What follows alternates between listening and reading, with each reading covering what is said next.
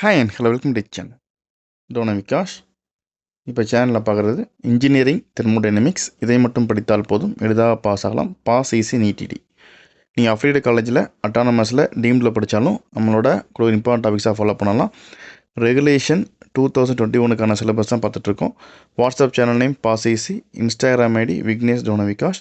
WhatsApp சேனலோட லிங்க்கும் இன்ஸ்டாகிராமோட group chat லிங்க்கும் டிஸ்கிரிப்ஷனில் இருக்கும், ஜாயின் பண்ணிக்கலாம். ஏஐ பற்றி கிளாஸில் பார்க்கலாம். அந்த ஏஐ வந்து இன்ஜினியரிங் தெர்மோடைனமிக்ஸ்க்கு நோட்ஸ் ப்ரிப்ரேஷனில் மற்றும் ப்ராப்ளம் சால்விங் எந்த அளவுக்கு ஹெல்ப் பண்ணுறதை பற்றி பார்க்கலாம்.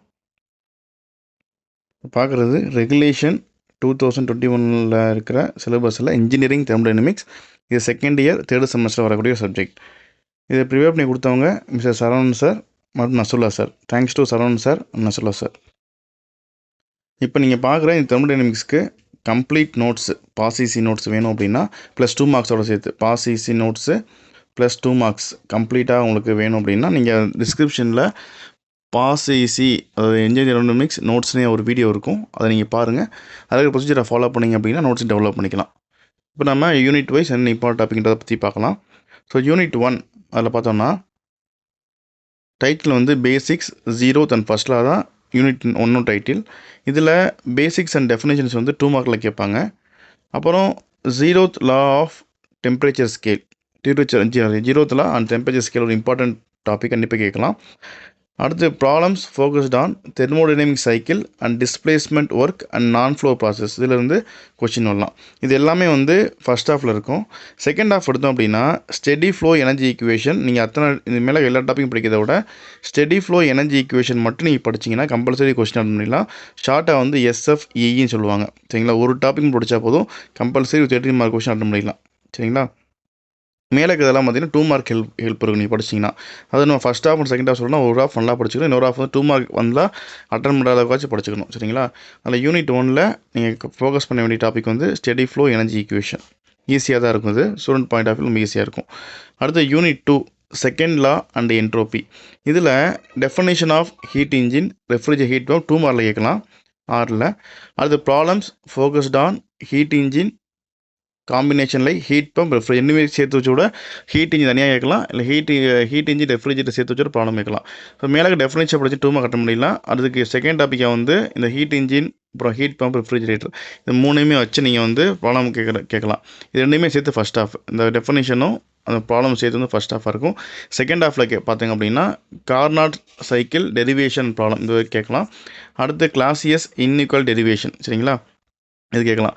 ஸோ நம்ம இதில் வந்து இந்த 4 டாப்பிக்கில் நம்ம ஃபஸ்ட் ஹாஃப் செகண்ட் டாப்பிக்கோட எதெல்லாம் வந்து இன்ட்டு மார்க் போட்டு நல்லா படிச்சுக்கலாம். ஸோ நம்ம வந்து இதில் இந்த heat engine heat pump refrigerator ப்ராப்ளம்ஸும் அப்புறம் வந்து கார்பன் சைட் டெரிவேஷன் ப்ராப்ளம் பார்த்திங்க அப்படின்னா இதுலேருந்து ஒரு 30 மார்க் அட்டன் பண்ணிக்கலாம். அடுத்து யூனிட் 3ல் availability and applications of second law அப்படின்ட்டுருக்கு. இதில் பார்த்தோம் அப்படின்னா problems focused on flow and non flow process அப்படின்னு ஒரு கொஷின் இருக்குது. அடுத்து high and low grade energy application of second law. இது 2 மார்க்லையும் கேட்பாங்க பெரிய கேட்குறதுல. அது செகண்ட் ஹாஃபில் பார்த்தோம் அப்படின்னா ப்ராப்ளம்ஸ் ஆன் அவைலபிலிட்டி அண்ட் இரிவர்சிபிலிட்டின்னு இருக்குது. இந்த அவைலபிலிட்டி இரிவர்சிபிலிட்டி வந்து கொஞ்சம் வாஸ்ட்டாக இருக்கும், கஷ்டமாக இருக்கும். அதனால் நம்ம ஸ்டூடெண்ட்டை நம்ம ஈஸியாக படிக்கணும் அப்படின்னா இந்த ஃபஸ்ட் ஹாஃபில் இருக்கிற flow and non flow process problems மட்டும் பார்த்தா போதும், கம்பல்சரி கொஸ்டின் அட்டன் பண்ணிடலாம். இது யூனிட் 3ல். யூனிட் 4ல் பார்த்தோம் அப்படின்னா ப்ராப்பர்ட்டிஸ் ஆஃப் பியூர் சப்ஸ்டன்சஸ் அப்படின்னு இருக்குது. இதில் formula of steam and its thermodynamic properties இதை வச்சு ஒரு ப்ராப்ளம்ஸ் வந்து வரலாம். ஃபார்முலா 2 மார்க்கில் கேட்கலாம். சரிங்களா, ப்ராப்ளம்ஸ் ஆன் நான் flow and flow process. So நம்ம வந்து பார்த்தோம்னா தெர்மோடைனமிக் ப்ராப்பர்ட்டி வச்சு மட்டுமே ப்ராப்ளம்ஸ் கேட்பாங்க. அப்புறம் flow and non flow process கேட்பாங்க. நம்ம யூனிட் 4 பொறுத்த வரைக்கும் இந்த ஃபஸ்ட் டாபிக் படித்தாலே ஓரளவு பாஸ் ஆகிடலாம். இந்த செகண்ட் டாபிக் கொஞ்சம் பார்த்துக்கிட்டு 2 டாபிக் மட்டும் தான் இருக்குது. அதனால் நீங்கள் இந்த ஃபஸ்ட் டாபிக் நல்லா படிச்சுட்டு செகண்ட் டாபிக் கொஞ்சம் லைட்டாக பார்த்துட்டு போங்க. Unit 5 gas mixtures and thermodynamic relations. இதில் difference between ideal gas and real gas, அப்புறம் importance of generalised compressibility chart and problems இது வந்து ஒரு வைக்கணும் ஃபஸ்ட் ஹாஃபில் இருக்கும். செகண்ட் ஹாஃபில் பார்த்தோம் அப்படின்னா நமக்கு ஒரு 5 டெரிவேஷன் இருக்குது. இந்த 5ல் வந்து இந்த ஹீட் கெப்பாசிட்டி கேட்கவே மாட்டாங்க, இது கேட்டதே இல்லை. அது விட்டுல தான் நம்ம டாபிக் எழுதியிருக்கோம்.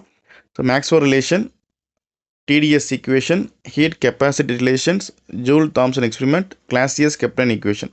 இதில் பார்த்தோம்னா இந்த ஹீட் கெப்பாசிட்டி ரிலேஸ் கேட்கவே மாட்டாங்க. அப்போ 4 தியரம் தான். இந்த 4ல் முக்கியமாக படிக்க வேண்டியது Maxwell relation, Joule Thomson experiment, அப்புறம் கிளாசியஸ் கெப்லர் ஈக்குவேஷன் 3 கம்பல்சரி படிக்கணும். படித்து முடிச்சுட்டு டைம் இருந்துச்சுன்னா நீங்கள் இந்த டிடிஎஸ் ஈக்குவேஷன் பார்த்துட்டீங்க அப்படின்னா 4 தியரம் கவர் ஆயிரும். கண்டிப்பாக அட்டன் பண்ணிடலாம். ஃபர்ஸ்ட் ஆஃப் வந்து 2 டாபிக் இருந்தாலும் கூட ரொம்ப வாஸ்ட்டு. அது மட்டும் இல்லாமல் ஸ்டூடெண்ட்ஸ் பாயிண்ட் ஆஃப் வியூவில் படிக்க கஷ்டமாக இருக்கும். அதனால் யூனிட் 5 பொறுத்த வரைக்கும் தியரம் ரொம்ப ஈஸியாக இருக்கும். ஈஸியாக அவங்க மார்க் எடுக்க முடியும். இவ்வளோ தான் நம்ம யூனிட் 1லேருந்து 5 வரைக்கும். நெக்ஸ்ட்டு ஏஐ யூஸ் பண்ணலாமா அப்படின்னா, இன்றைக்கி ஏஐ தான் எல்லோரும் யூஸ் பண்ணுறாங்க. கண்டிப்பாக யூஸ் பண்ணலாம். ஆனால் பேட் ஏஐ அப்படின்னு கொடுத்துருந்தோம். அது காரணம் என்ன அப்படின்னா, உங்களுக்கு கிடைக்கிற ஆன்சர் ப்ராப்ளமேட்டிக்கை பொறுத்த வரைக்கும் ஏஐ யூஸ் பண்ணி நீங்கள் ஒரு ப்ராப்ளம் சால்வ் பண்ணிங்க அப்படின்னா, அது கிடைக்கிற ஆன்சர் மேக்ஸிமம் தப்பாக தான் இருக்குது. ஒரு சில நேரத்தில் கரெக்டாக வருது. அப்படியே ஆன்சர்ஸ் உங்களுக்கு கரெக்டாக வந்தாலும் அதோட ஸ்டெப்ஸ் இருக்கு இல்லையா, ஸ்டெப்ஸ் வந்து நீங்கள் போட்ட மாதிரி, நீங்கள் வந்து கிளாஸில் சால்வ் பண்ண மாதிரி இல்லை ஒரு புக்கில் சால்வ் பண்ண மாதிரி ஸ்டெப்ஸ் இருக்காது. அது வேறு ஏதோ ஒரு புக்கு ரெஃபரன்ஸ் எடுத்து வந்து போட்டுக்கிட்டு இருக்கும். அது மட்டும் இல்லாமல் ஸ்டெப்ஸ் நிறைய ஸ்கிப் பண்ணி கொடுக்கும். எல்லா ஸ்டெப்பும் ஈக்குவலாக இருக்காது. அப்போ ஸ்டெப்ஸு ஸ்கிப்னு நிறையா இருக்கும். நிறையா ஸ்டெப்ஸ் ஸ்கிப் பண்ணுறனால யார் வந்து இதுக்கு முன்னாடியே ப்ராப்ளம் பார்த்துட்டு அவங்க அண்டர்ஸ்டாண்டிங்காக அந்த ஏஐ யூஸ் பண்ணுறாங்களோ அவங்களுக்கு கண்டிப்பாக அது யூஸ்ஃபுல்லாக இருக்கும். ப்ராப்ளம் என்னன்னே தெரியாமல் நம்ம வந்து சும்மா ஒரு ஏஐ யூஸ் பண்ணி ப்ராப்ளம் பார்த்தோம் அப்படின்னா கண்டிப்பாக ஒன்றுமே புரியாது. அதனால் நீங்கள் ஏஐ யூஸ் பண்ணும்போது ஒரு தியரி சப்ஜெக்ட்டுக்கு இல்லை ஒரு தியரத்துக்கு டெரிவேஷன்ஸ்க்கு நீங்கள் ஏஐ யூஸ் பண்ணிங்க அப்படின்னா கண்டிப்பாக ஹெல்ப்ஃபுல்லாக இருக்கும். ஆனால் நீங்கள் ப்ராப்ளம்ஸ்க்கு கம்பல்சரி ஏஐ பண்ணாமல் நீங்கள் வந்து உங்களோட ஃபேக்கல்ட்டியோ சீனியர்ஸ்டையோ ப்ராப்ளம் கேட்டு தெரிஞ்சுக்கிட்டு அதுக்கப்புறம் ஏஐயில் எந்த ஸ்டெப் வந்து எப்படி வருதுன்றதை பாருங்கள். கஷ்டமான ப்ராப்ளமாக இருக்குது, இது எப்படி சால்வ் பண்ணுறதுல எப்படி ஸ்டார்ட் பண்ணுறதுன்னு தெரில அப்படின்றதுல நீங்கள் ஏஐ யூஸ் பண்ணி கேட்டுக்கலாம். யூனிவர்சிட்டி கொஸ்டின்ஸ் எல்லாமே இது கொடுத்தாலுமே ஏஐ கண்டிப்பாக சால்வ் பண்ணி கொடுக்கும். இப்போ நான் பார்த்தோம்னா இம்பார்ட்டன்ட் டாபிக்ஸை யூனிட் 1லேருந்து யூனிட் 5 வரைக்கும் கொடுத்துருக்கோம்.